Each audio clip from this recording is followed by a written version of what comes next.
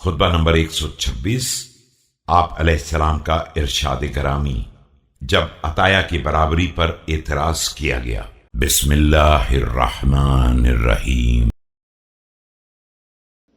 أتأمروني أن أطلب النصر بالجور في من وليت عليه والله لا أطور به ما سمر سمير وما أم نجم في السماء نجما لو كان المال لي لسويت بينهم۔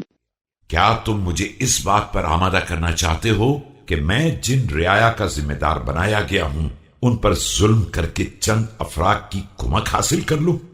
خدا کی قسم، جب تک اس دنیا کا قصہ چلتا رہے گا اور ایک ستارہ دوسرے ستارے کی طرف جھکتا رہے گا، ایسا ہرگز نہیں ہو سکتا ہے۔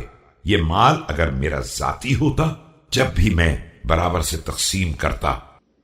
فكيف وإنما المال مال الله ألا وإن إعطاء المال في غير حقه تبذير وإسراف وهو يرفع صاحبه في الدنيا ويضعه في الآخرة ويكرمه في الناس ويهينه عند الله۔ جائے کہ یہ مال مال خدا ہے، اور یاد رکھو کہ مال کا ناحق عطا کر دینا بھی اسراف اور فضول خرچی میں شمار ہوتا ہے، اور یہ کام انسان کو دنیا میں بلند کر دیتا ہے تو آخرت میں ذلیل بھی کر دیتا ہے، لوگوں میں محترم بنا دیتا ہے تو خدا کی نگاہ میں پستر بھی بنا دیتا ہے۔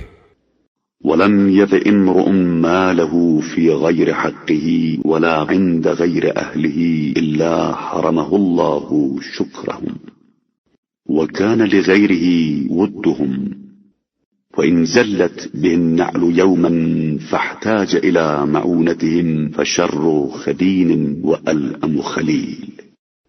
اور جب بھی کوئی شخص مال کو ناحق یا نااہل پر صرف کرتا ہے تو پروردگار اس کے شکریہ سے بھی محروم کر دیتا ہے، اور اس کی محبت کا رخ بھی دوسروں کی طرف مڑ جاتا ہے۔